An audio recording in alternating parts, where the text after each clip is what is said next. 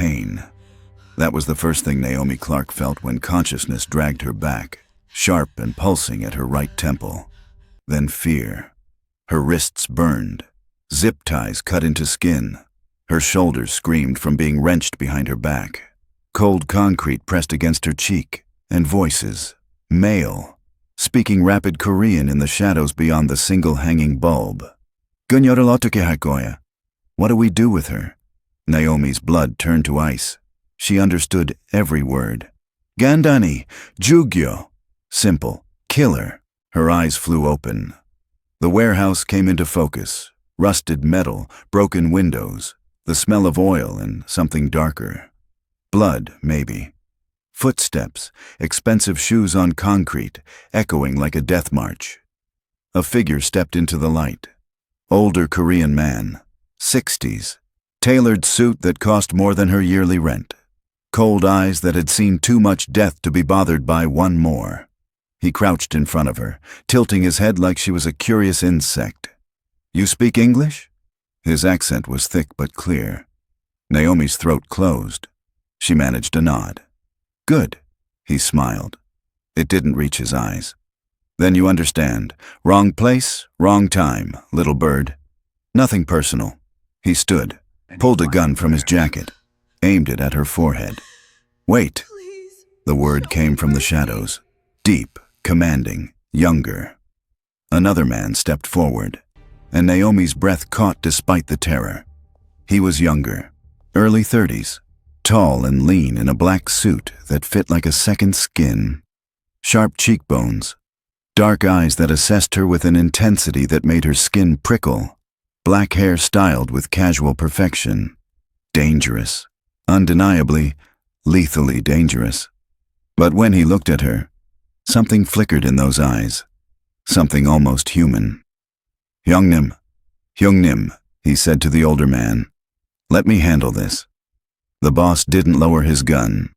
"Handle it how, Tae-Min?" "She's just a girl. Wrong place, like you said. Killing her brings police attention we don't need right now." Tae-Min's voice was calm, reasonable, like they were discussing dinner plans, not her murder. I know what she saw, which is why she can't go free. But a body? That's evidence. Let me make her disappear. Quietly. The boss considered this, then slowly lowered his weapon. "You have 24 hours. After that, if she's still a problem." He didn't finish. Didn't need to. He left, taking his men with him. The warehouse door slammed. An engine roared to life. Taillights disappeared into the night. Silence. Tae-Min stared down at her, expression unreadable. "Jabal," Naomi whispered in Korean. "Please, 살려주세요." "Let me live." His eyes widened, just a fraction. "You speak Korean," he said, also in Korean. "Yes." "How much did you understand? Just now? All of it?"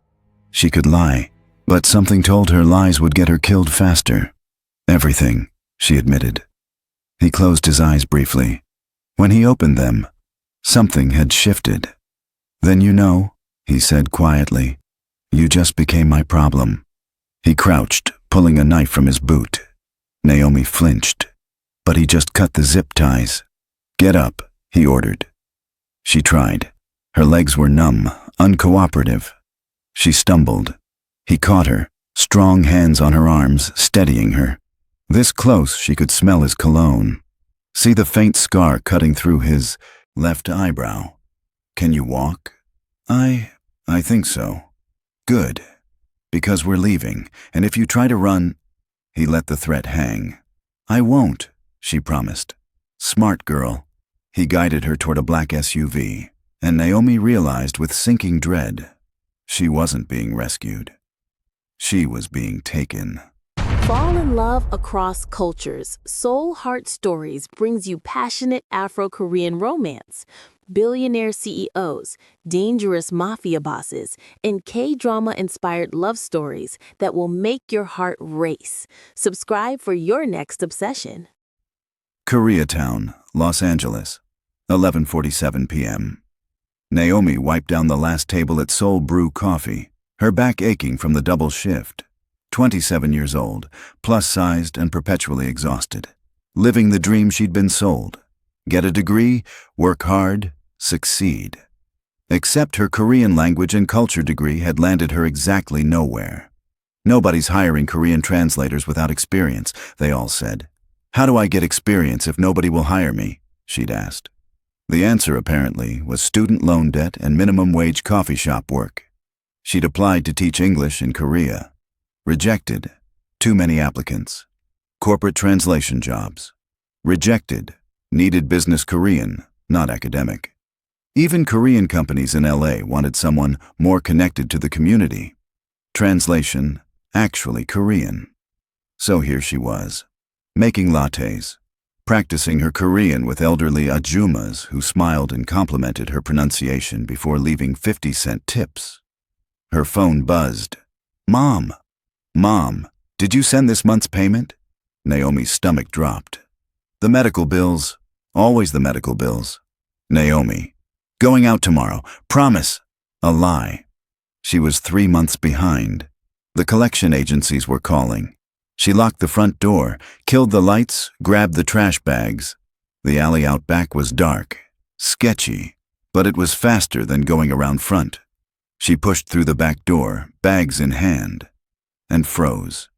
2 men, expensive suits, standing beside a black SUV with the trunk open. A body inside, very clearly a body, very clearly dead. One of the men was pulling plastic sheeting. The other was lighting a cigarette. They hadn't seen her yet. Back inside now. She took a step backward. The trash bags rustled.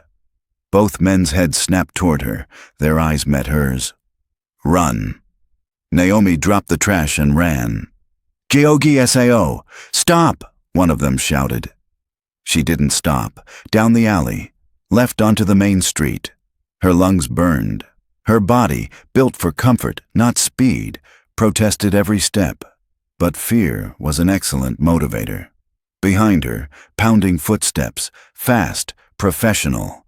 These men knew how to run. She ducked right into another alley, knocked over a trash can. Maybe it would slow them. It didn't. Stop running, one yelled in accented English. We just want to talk. Sure, talk. Right before they put plastic sheeting over her too. She burst onto Olympic Boulevard. Cars, people, safety. A 24-hour Korean restaurant glowed ahead. Han's Kitchen. She yanked the door open and stumbled inside. Hwajangsil! Bathroom! She gasped to the shocked hostess. The woman pointed. Naomi ran, locked herself in the single-stall bathroom, and dialed 911 with shaking fingers. 911, what's your emergency? I witnessed. There are men chasing me. They have a body. The words tumbled out. Ma'am, slow down. Where are you? She gave the address, described what she'd seen. Stay where you are. Units are on the way. Naomi pressed her ear to the door. Male voices. In the restaurant, speaking Korean. Hugsi yoja baseo. Did you see a woman? Anyo. The hostess, lying. Amudo an waseoyo. No one came in. Huagsileo? You're sure? Ne, huagsileo. Yes, I'm sure. Pause. Then footsteps leaving. Naomi waited. 5 minutes. 10. Sirens wailed outside. She opened the door carefully. The hostess, maybe 60, kind eyes, permanent apron, was waiting. Gusaramdil nabansaramdileo, the woman said quietly. Those are bad men. Yosimaseo. Be careful. Gamsahamnida, Naomi whispered. Thank you. Police flooded in. She told them everything, gave a description, the SUV's license plate. She'd remembered. Thank you. Photographic memory for useless things. We'll have patrol cars in the area, the detective promised. Go home. Lock your doors. Call if you see anything suspicious. She went home, locked her doors, and tried to convince herself she was safe. She wasn't safe. Naomi woke to a hand clamped over her mouth. Her eyes flew open to darkness and a silhouette. Don't scream, a male voice said. Korean accent, calm, deadly. Not if you understand. She nodded frantically. Good. I'm going to move my hand. You're going to stay quiet. If you scream, I hurt you. If you cooperate, you live. Choose. He moved his hand. She gasped for air, but didn't scream. Smart? He pulled her up. Zip-tied her wrists behind her back, covered her mouth with tape. In the dim light from the street lamp outside, she could see him now. Young, lethal, handsome in a way that made danger attractive. Tae-Min, though she didn't know his name yet. He threw her over his shoulder like she weighed nothing, carried her out of her apartment, down the back stairs, into the parking garage. No one saw. No one ever saw. He opened a trunk, lowered her inside. It's going to be a rough ride, he said, almost apologetically. Try not to panic. Hyperventilating in a trunk is how people die. Then he closed the lid. Darkness, complete and suffocating. The engine started. The car moved, and Naomi Clarke disappeared. The trunk opened. Hands dragged her out, not gentle but not unnecessarily rough. She blinked against the sudden light. A single bulb in a warehouse. Tae-Min removed the tape from her mouth. She gulped. Air. Where am I? Her voice cracked. Does it matter? Are you going to kill me? I don't know yet. He walked away, leaving her zip-tied on the floor. Voices approached. Multiple men. And that's when the boss arrived. That's when she learned they planned to execute her. That's when Tae-Min said, "Wait." Now we're caught up. The SUV stopped in front of a nondescript apartment building in a neighborhood Naomi didn't recognize. Out, Tae-Min ordered. He'd cut her zip ties again but kept a firm grip on her arm. He led her inside. 3rd floor, apartment 3C. Opened the door. The apartment was normal, shockingly normal, clean, furnished, lived in, books on shelves, a blanket on the couch, kitchen with actual dishes. Whose place is this? She asked. Mine. He closed the door, locked it, pocketed the key. Or it was. Now it's yours. I don't understand. He crossed to the window, checked the street below. My boss thinks I'm disposing of you. Instead, you're staying here until I figure out what to do. Which is? He turned to face her. In the apartment's soft lighting, he looked younger. Tired. I don't know yet, he admitted. But you can't leave. Men are watching the building. You try to run, they'll report to my boss, and we'll both die. So I'm a prisoner. You're alive. Most people who see what you saw aren't. His voice was flat. Count your blessings. He moved toward the door. Wait, she said. What's your name? He paused. Does it matter? I'd like to know the name of my captor. Long pause, then, Tae-Min Kang Tae-Min. Naomi Clarke. I know. He'd gone through her wallet. Of course he had. He left. The lock clicked from outside. Naomi stood alone in a dead man's apartment. No, a killer's apartment, and tried not to fall apart. She tested the door.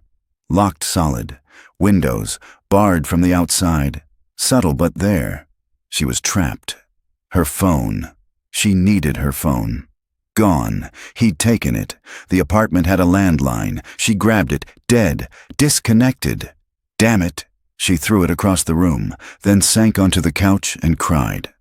Naomi woke on the couch, disoriented. Sunlight streamed through the windows. Morning. For one blissful second, she thought it was a nightmare. Then she saw the barred windows. Reality crashed back. She was trapped, kidnapped, at the mercy of a mafia underboss who might kill her any moment. Her stomach growled. When had she last eaten? The kitchen. Maybe there was food. She opened the fridge. Stocked, fresh produce, meat, eggs, milk. This wasn't a safe house. This was someone's home. She made scrambled eggs because her hands needed something to do. Ate them standing at the counter, tasting nothing. The bookshelf caught her eye. Korean novels, English, translations of Korean literature, K-drama DVDs. A framed photo, Tae-Min, younger, smiling, with his arm around a teenage girl. His sister. They had the same eyes. She was laughing, alive, happy, was, past tense. The door unlocked. Naomi spun, heart racing. Tae-Min entered carrying plastic bags. "You're awake," he observed. "Hard to sleep when you've been kidnapped." He set the bags on the counter. Takeout. The smell made her stomach growl again despite having just eaten.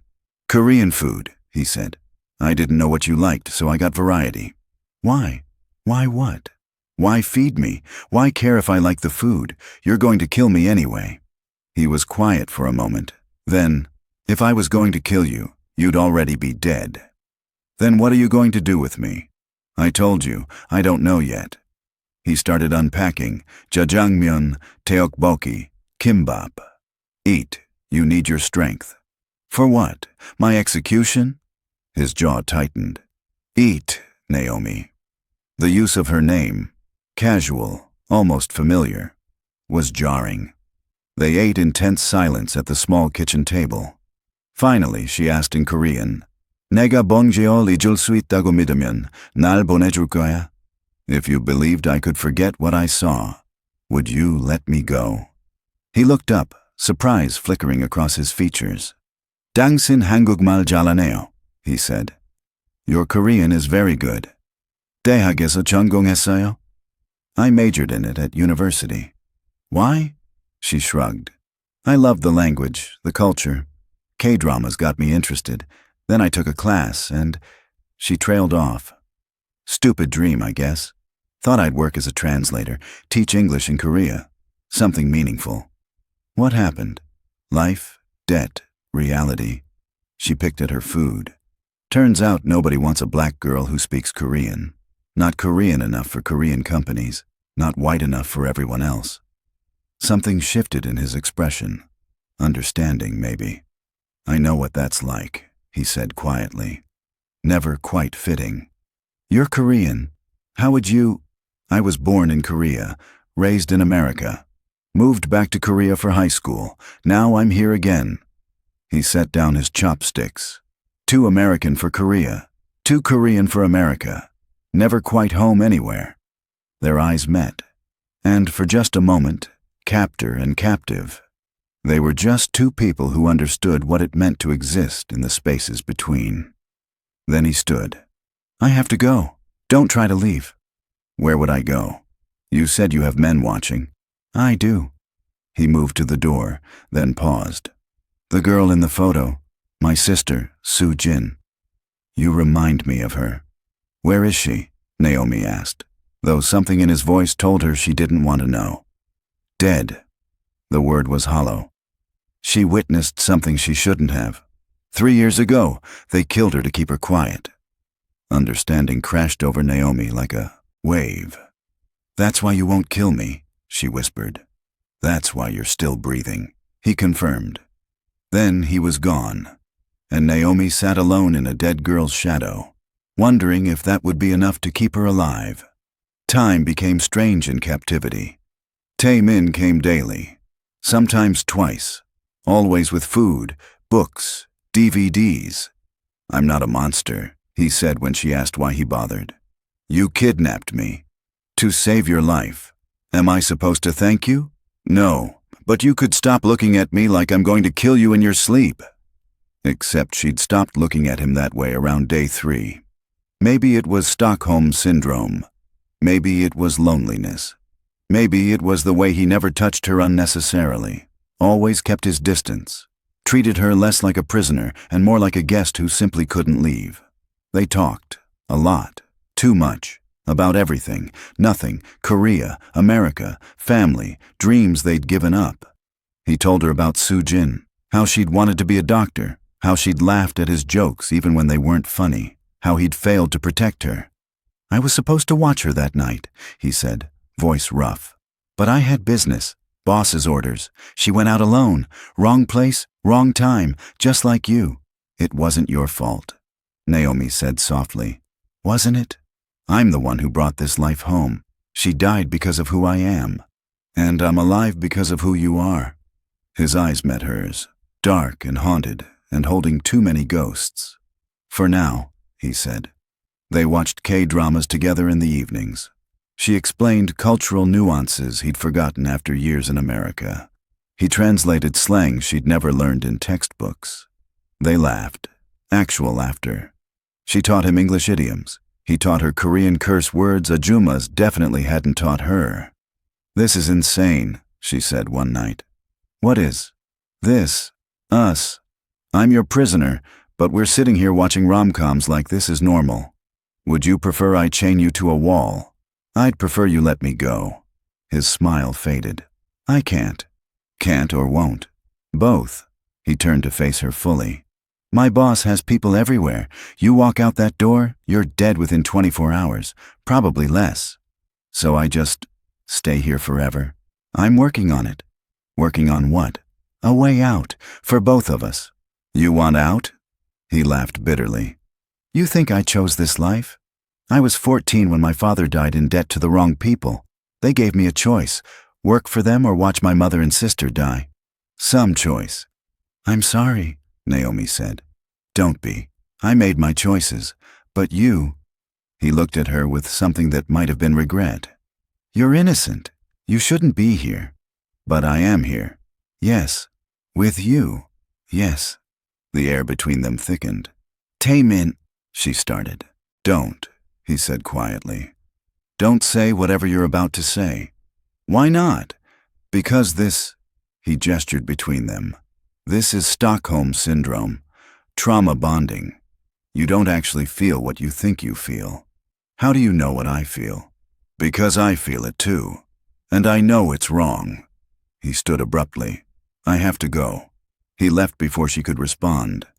And Naomi sat alone, heart pounding, wondering when exactly she'd stopped being afraid and started feeling something much more dangerous.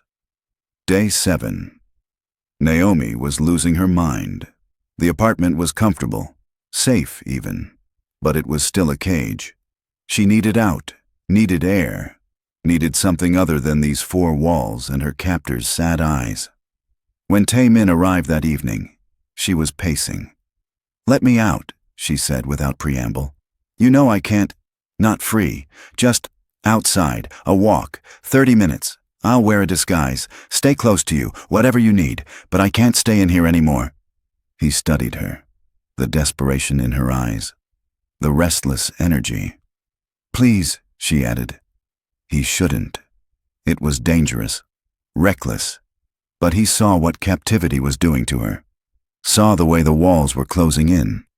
"1 hour," he said finally, "and you don't leave my side." Her face lit up. They walked through Koreatown as the sun set. She wore a baseball cap and his jacket, collar up. He stayed close, hand at the small of her back, half protective, half possessive. "I used to walk this street every day," she said, breathing in the city. "Complained about the traffic, the noise. Now it feels like freedom." "I'm sorry," he said. "For kidnapping me or for saving my life?" "Both. Neither. I don't know." They stopped at a pojangmatcha, a street food stall. He bought tteokbokki, and they ate standing up, the spicy sauce burning their tongues in the best way. "This," Naomi said, "is the most normal I've felt in a week. Most people don't find eating street food with their kidnapper normal. Most people don't understand Korean mafia dramas." He almost smiled. They walked further, ended up at a small park. "Dance with me," she said suddenly. "What?" "There's music playing. A busker with a guitar, playing something soft and melancholic. And I haven't done anything normal in so long. Please?" He should say no. Instead, he took her hand. They swayed together under the streetlights, her head barely reaching his shoulder, his hand warm on her waist. "This is insane," he murmured. "I know," she agreed. "You should hate me." "I know that too. So why don't you?" She looked up at him. "Because you saved my life, because you bring me food and books, because you talk to me like I'm a person, not a problem, because you look at me like—" She trailed off. "Like what?" "Like you see me."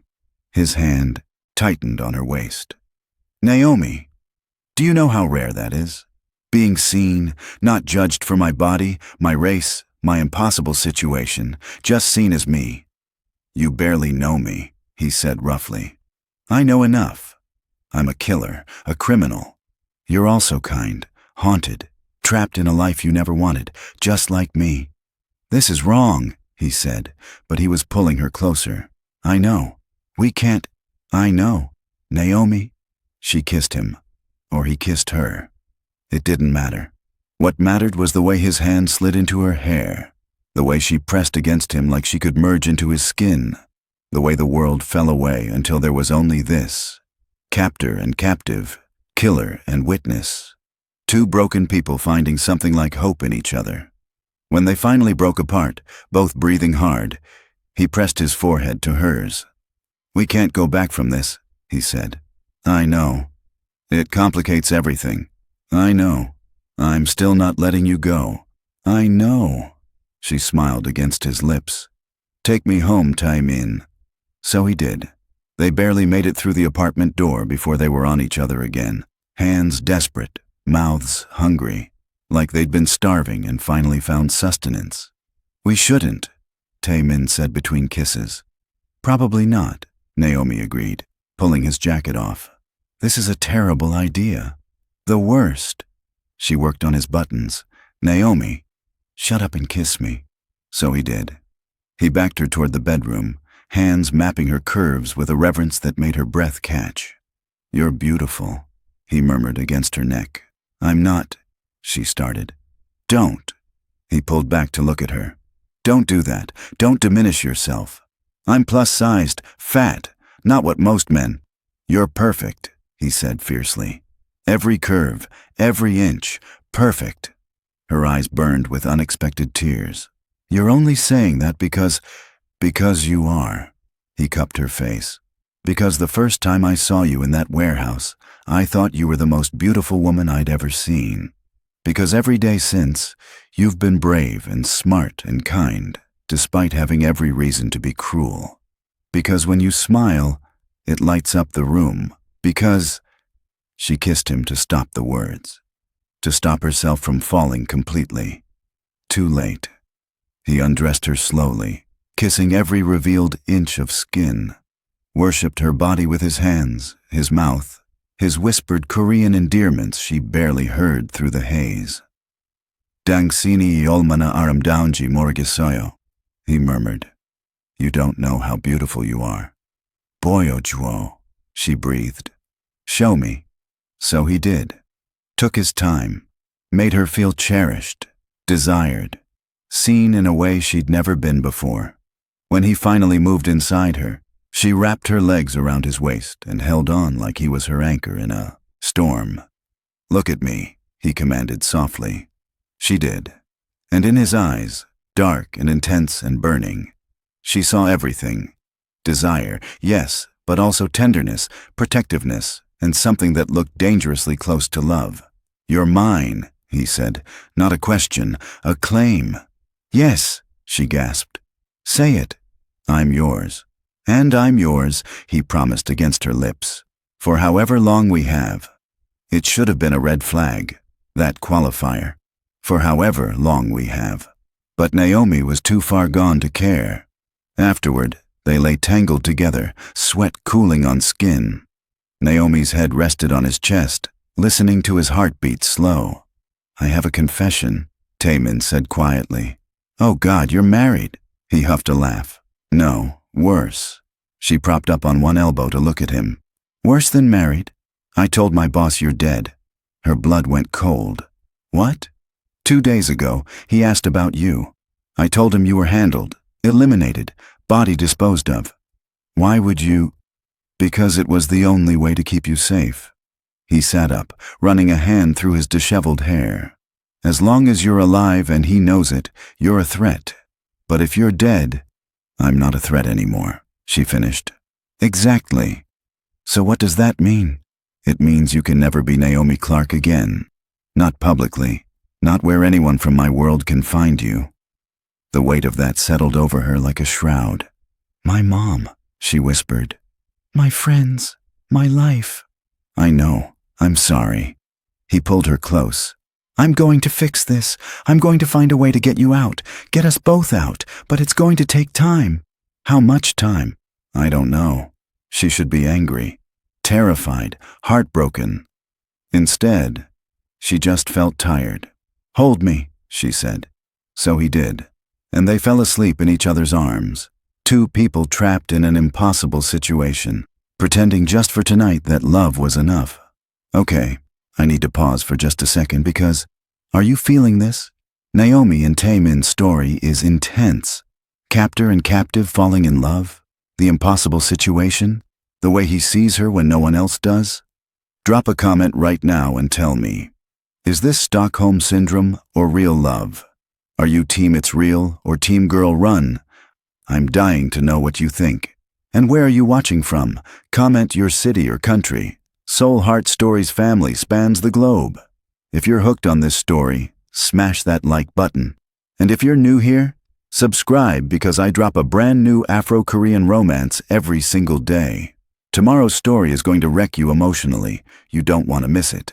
Now, let's get back to Naomi and Tae-Min, because things are about to get dangerous. 3 days after they'd crossed every line, Tae-Min's phone rang at 3 a.m. He was up instantly, years of this life training him to wake alert. "Yoboseo?" "Hello?" Naomi watched from the bed, covers pulled to her chest. His expression went cold. "Jigumyo?" "Ne, aljasamida." "Now?" "Yes, understood." He hung up. "I have to go," he said, already dressing. "What's wrong?" "Boss wants a meeting. Everyone now." He buckled his belt, checked his gun. "Is it about me?" "I don't know. Maybe." "Stay here. Don't answer the door for anyone." He kissed her, hard and desperate. "I'll be back," he promised. Then he was gone. The meeting was at the boss's compound, a mansion in the hills that looked like a traditional Korean hanok from outside and Fort Knox from inside. All the upper-level men were there, tense, waiting. The boss entered, and everyone bowed. "We have a problem," he announced in Korean. "The police found the body, the one from the alley. They're investigating." Tae-Min's gut clenched. "There was a witness," the boss continued. "A woman, black, late 20s, works at that coffee shop." He pulled out a photo. Naomi, employee badge photo from Seoul Brew. She talked to police, gave descriptions, license plate. The boss's expression was glacial. "I want her found and eliminated, permanently this time." The room murmured agreement. "Tae-Min." The boss turned to him. "You said you handled this." Every eye turned to him. "I did, Youngnim," Tae-Min said calmly. "She's dead." "Then explain how police have her statement dated 3 days ago." "They took it before I found her. I eliminated her after." "Prove it." "Excuse me?" "Prove she's dead. Show me the body. Give me evidence." Tae-Min's mind raced. Bodies attract attention. I disposed of her. Burned. Ocean. She's gone. The boss studied him for a long, terrible moment. "You're certain?" "Completely. Because if she resurfaces, if I find out you lied to me, you know what happens." "I know, Youngnim." "Good." The boss dismissed him with a wave. "Find any associates, friends, family, anyone she might have talked to, clean it all up." Tae-Min bowed and left. Outside, he leaned against his car and tried to breathe. He'd just lied to his boss. In this world, that was a death sentence. He had to fix this. Fast. Tae-Min returned to the apartment as dawn broke. Naomi was awake, waiting. "What happened?" she asked. "We have a problem." He told her everything. Her face went pale. "So I'm officially dead," she said. "You have to be. It's the only way." "What about my mom, my friends? They'll think—" "They'll grieve. I'm sorry. But if they know you're alive, they become targets too." She stood, pacing. "This is insane. I can't just disappear." "You already have." He caught her hands. "Naomi, listen to me. This is the only way we both survive. We fake your death. I provide evidence. Then we figure out how to get you out of the city. New identity. New life. Without my family. Without your family," he confirmed. Tears streamed down her face. "I'm so sorry," he said, pulling her close. "This is my fault. I brought you into this." No, she said against his chest. They did. When they killed someone in that alley, when they chased me, this isn't on you. It feels like it is. She pulled back to look at him. So what do we do? I stage evidence of your death. A body, not yours, but they won't look too close if I do it right. Then I get you out of LA, somewhere my boss can't reach. And you? I stay, for now, until I can figure out how to get out too. No, her hands fisted in his shirt. We stay together. Naomi, you said I'm yours. You said you're mine, so we stay together or we're both screwed anyway. He wanted to argue, but she was right. Okay, he said. Together. But that means you trust me completely. Everything I tell you to do, you do. No questions. Can you do that? She nodded. Say it. I trust you. He kissed her forehead. Then let's disappear. Over the next week, Tae-Min worked his connections. He knew a mortician, one who owed him favors and didn't ask questions. A Jane Doe, black woman, late 20s, drug overdose, no family claiming the body. Tae-Min pulled strings, got access, took photos. It made him sick, using someone's tragedy this way. But it was her or Naomi. He chose Naomi. He showed the boss the photos. DNA wouldn't match if tested, but the boss wouldn't test. Too much risk of police attention. Good, the boss said, satisfied. One less loose end. Tae-Min bowed and left. Step 1. Complete. Meanwhile, Naomi said goodbye to her old life. She couldn't contact anyone, but she wrote letters. Mom, I'm so sorry. I love you. Please forgive me for disappearing. It's the only way to keep you safe. She couldn't send them. They'd be evidence. But she wrote them anyway and hid them in a box under the bed. Tae-Min's connections came through. A forged passport, a driver's license, a social security card. Naomi Clarke was dead. Maya Song was born. Maya? She asked, looking at the documents. My sister's middle name. Tae-Min said quietly. Song, and it means you have a new name, a new chance. And where does Maya Song live? Wherever we decide. We? I told you. We're in this together now. She kissed him. And for the first time in 2 weeks, she felt something like hope. It lasted 4 days. 4 days of planning their escape. 4 days of believing they might actually pull this off. Then Min-jae showed up. Tae-Min's second-in-command. His friend since they were teenagers in this life. He knocked on the apartment door late one night. Tae-Min answered, gun ready. Hyung, Min-jae said. We need to talk. About what? Min-jae pushed past him and stopped dead seeing Naomi on the couch. Hyung, 뭐 하는 거야? Hyung, what are you doing? Min-jae. The witness, she's alive. You lied to Hyungnim. His hand went to his gun. Tae-Min moved faster, pinning him against the wall. Don't, he warned. You lied to the boss. Do you know what he'll do if he finds out? He won't find out. I have to tell him. No, you don't. He's our boss, our family. She's innocent, Tae-Min roared. She didn't do anything except be in the wrong place. You want her blood on your hands? Min-jae looked at Naomi, terrified, vulnerable, human. Then back at Tae-Min. You love her, Min-jae realized. Yes, Hyungnim will kill you both. I know. Then come with me. Turn her over, beg forgiveness. Maybe he'll let you live. No. Tae-Min, I won't sacrifice her to save myself. I won't become him.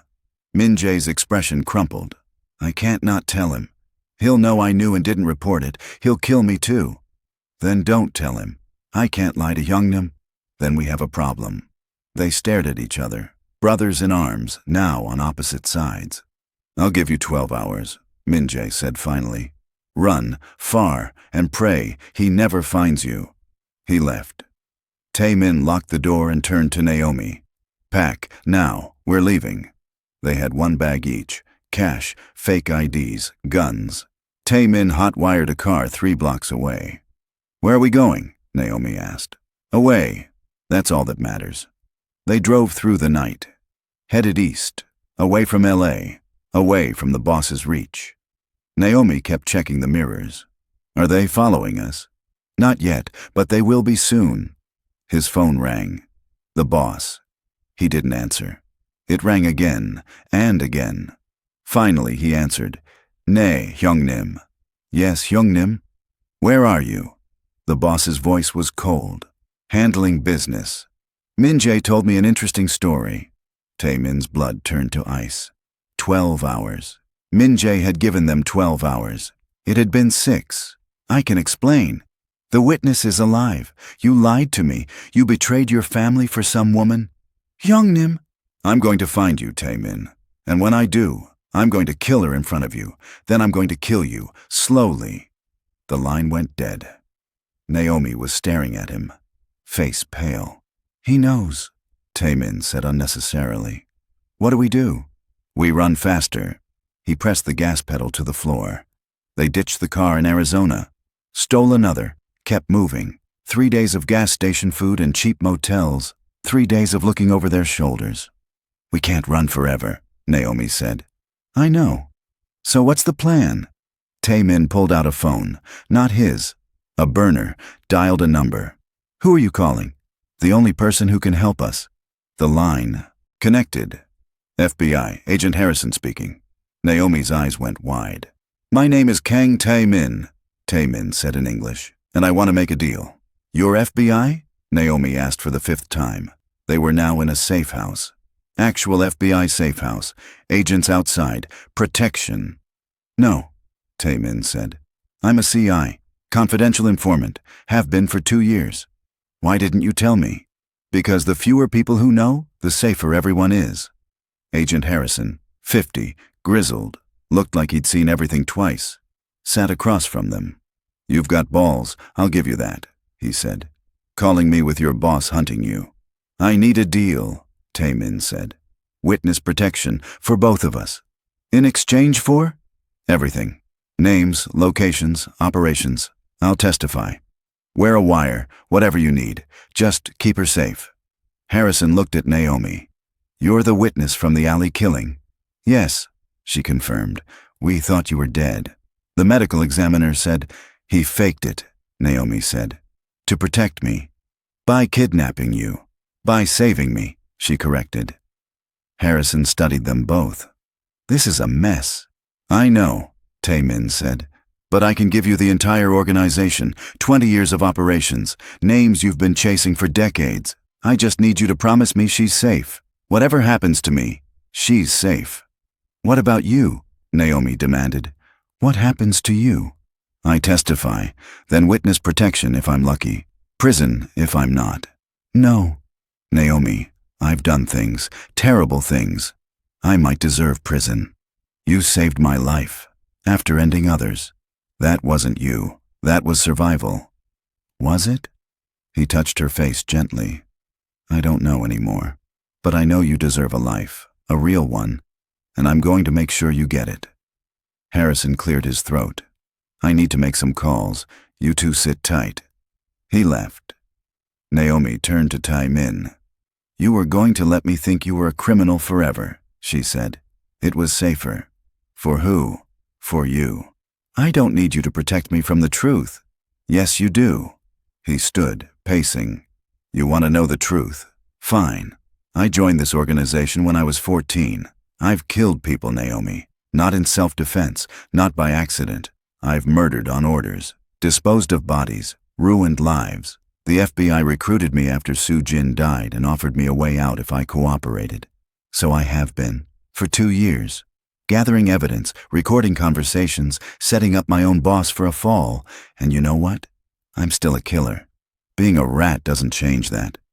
"You're trying to make things right," she said softly. "Too little, too late." "Says who?" "Says every ghost that haunts me." She crossed to him, took his face in her hands. "You saved me. You gave up everything to keep me alive. You're risking your life right now to give me a future. That's not nothing. It's not enough. It's everything." She kissed him. And for a moment, in an FBI safe house with his world crumbling around them, Tae-Min let himself believe her. The deal was made. Tae-Min would testify. Full immunity, the deal was made. Tae-Min would testify, full immunity in exchange for bringing down the entire organization. Naomi would enter witness protection, new identity, clean slate. "There's one problem," Agent Harrison said. "Your boss knows you're running. He'll expect FBI involvement. We need to draw him out before he goes underground." "How?" Tae-Min asked. "Bait." Harrison looked at Naomi. "You?" "Absolutely not," Tae-Min said immediately.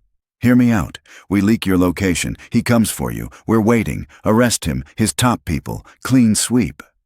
"You want to use her as bait? She's not trained. She's not—" "I'll do it," Naomi said quietly. "No. Tae-Min, if we don't end this, we're running forever. Looking over our shoulders forever. I want a life. A real one. With you. And that only happens if he's behind bars. What if something goes wrong? Then you protect me, like you've been doing from the start." He wanted to argue, but she was right. "Where?" he asked Harrison. "Port of LA. Container yard. Isolated. Easy to control." "When?" "Tomorrow night." Tae-Min nodded slowly. "Okay, but I'm wearing a wire, and I'm armed. She doesn't leave my side for a second." "Agreed," Harrison said. The Port of Los Angeles, 11 p.m. The container yard was a maze of steel and shadows. Naomi stood beside Tae-Min, heart hammering. Dozens of FBI agents were hidden in containers, on rooftops, in vehicles, but she couldn't see them. She only saw the darkness and felt Tae-Min's hand in hers. "You don't have to do this," he said for the 10th time. "Yes, I do." Headlights appeared. Multiple vehicles. "They're here," Tae-Min said into his wire. 5 black SUVs surrounded them. Doors opened, 20 armed men emerged, and finally, the boss. He stepped into the light, perfectly tailored as always, gun in hand. "Tae-Min," he said in Korean, "my wayward son, did you really think you could run from me?" "Worth a try, Youngnim," Tae-Min replied. "And this must be the witness." The boss studied Naomi. "Pretty. I see why you risked everything." "Let her go," Tae-Min said. "This is between us." "No, this is about loyalty. Family, you betrayed both for her." He raised his gun, aimed at Naomi. Tae-Min moved in front of her. "You'll have to go through me." "That can be arranged." "FBI, drop your weapons!" Agent Harrison's voice boomed. Agents swarmed from every direction, dozens of them, guns drawn. The boss's men looked to him. "You set me up," the boss said to Tae-Min. Realization dawning. "You've been working with them. For 2 years," Tae-Min confirmed. "You betrayed everything. You killed my sister. You killed an innocent girl to protect your empire. So yes, I betrayed you. Gladly." Rage twisted the boss's face. He fired. Tae-Min pushed Naomi down, taking the bullet meant for her. He went down. Return fire erupted. The boss fell. And then it was chaos. Agents shouting, men surrendering, the metallic smell of blood and gunpowder. Naomi crawled to Tae-Min. He was bleeding from his shoulder, face pale but alive. "You idiot," she sobbed. "You beautiful idiot." "Had to. Protect you," he managed. I know. She pressed her hands to the wound. "Medic, I need a medic." "Worth it," he said, smiling through pain. "You're safe. That's all. That matters." Paramedics swarmed. They loaded him into an ambulance. "I'm coming with you," Naomi said, climbing in. No one stopped her. She held his hand the entire ride, refusing to let go. "Not losing you," she whispered. "Not after everything." "Not losing you either," he promised. Then the paramedics pushed her back, working frantically, and Naomi could only watch and pray. Surgery took 4 hours. Naomi sat in the waiting room, still wearing clothes stained with his blood. Agent Harrison brought her coffee she didn't drink. "The boss is dead," he said. "Died at the scene. His top people are in custody. We shut down 3/4 of their operations in one night. Biggest bust in years." "That's great," she said numbly. "You did good out there." "Tae-Min did good. I just stood there." You gave him something to protect, something to fight for. That's more than you know. The surgeon emerged. Family of Kang Tae-Min. Naomi stood. She's family, Harrison said firmly. The surgeon nodded. He's stable. The bullet missed major arteries. He'll recover fully with time and physical therapy. Naomi's knees nearly buckled with relief. Can I see him? He's in recovery. Give him another hour. It was the longest hour of her life. When they finally let her in, Tae-Min was awake, pale, bandaged, but alive and looking at her like she was a miracle. Hey, he said, voice rough. Hey yourself. She took his hand. You scared me. Sorry. Don't do it again. Deal. He squeezed her hand. Is it over? It's over. Boss is dead. Organization dismantled. You did it. He closed his eyes. Soo-jin can rest now. So can you, Naomi said softly. What happens now? Now you recover. Then we figure out the rest. Together? Together, she confirmed. He smiled. I can live with that. 3 months later, Naomi, officially Maya Song now, stood in front of a small college classroom in a coastal town in Oregon. "Annyeonghaseyo," she said to her students. Hello. Welcome to Korean, Language 101. Teaching. Finally, teaching Korean. Her dream job. Just not the way she'd imagined. After class, she walked to the small house she shared with Tae-Min. He was in the kitchen, attempting to make dinner from a YouTube tutorial. How was work? He asked. Good. One student asked if I'm Korean. I said my husband is. He smiled. They weren't married. Yet. But the fake IDs said they were. And your day? Physical therapy. Then I met with the prosecutor, testified via video link. They're building a strong case. Good. She wrapped her arms around him from behind, careful of his still healing shoulder. We made it, she said. We made it, he agreed. Do you miss it? Your old life? I miss Soo-jin. I miss my mother. She thinks I'm dead too. But the rest? He turned to face her. No, I don't miss being that person. Who are you now? I don't know yet. Still figuring it out.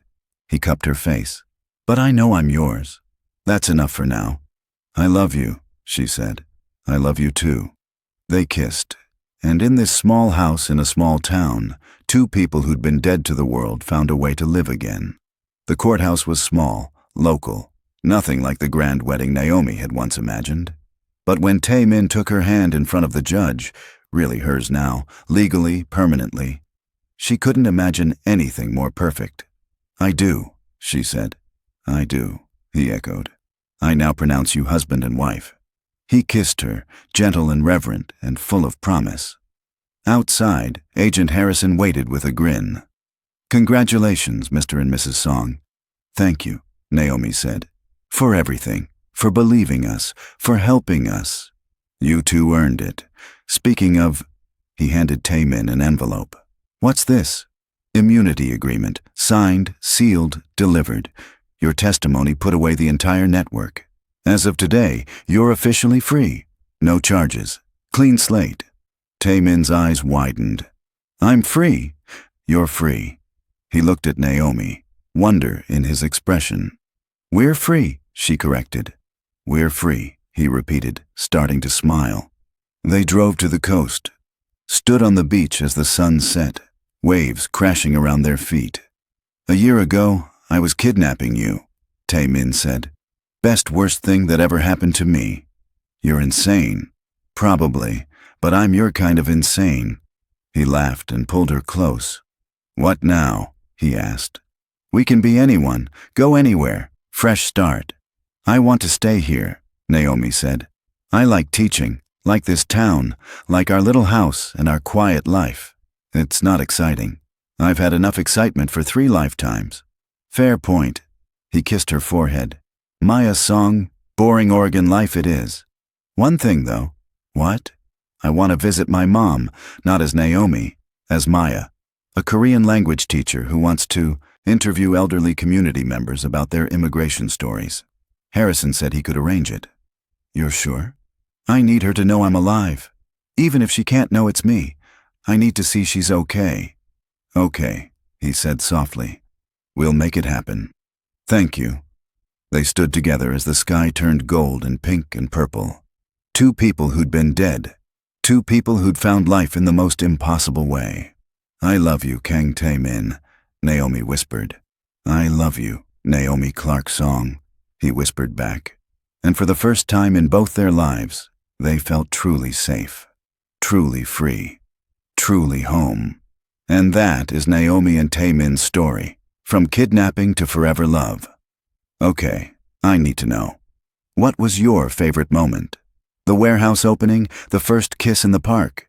When he took that bullet for her? The FBI reveals? Drop a comment and tell me what scene had you screaming. And here's the real question. Would you forgive your kidnapper if he was protecting you from something worse? Would you fall in love in that situation? Comment yes if you'd give him a chance, or run if you'd never trust him. I'm dying to know where you stand. Where in the world are you watching from? Comment your city or country. Seoul Heart Stories family is global, and I love seeing how far these stories reach. If this story made you feel something, if you cried, if you held your breath during the shootout, if you believed in second chances and impossible love, smash that like button right now. It genuinely helps this channel grow and brings these stories to more people. Not subscribed? What are you waiting for? Hit that subscribe button and turn on notifications because I upload a brand new Afro-Korean romance story every single day. Tomorrow is Thursday, Enemies to Lovers Day, and trust me, you do not want to miss it. If you binged all minutes of this, you're my people. Check the description for playlists. I've got mafia romance, kidnapping stories, witness protection love, and so much more waiting for you. Thank you for spending the last hour with me. Thank you for believing in love that survives impossible odds. Thank you for being part of the Seoul Heart Stories family. I'll see you tomorrow with another story that'll wreck you in the best way. Until then, remember, sometimes the most dangerous thing is falling in love. And sometimes it's the only thing worth doing. This is Seoul Heart Stories.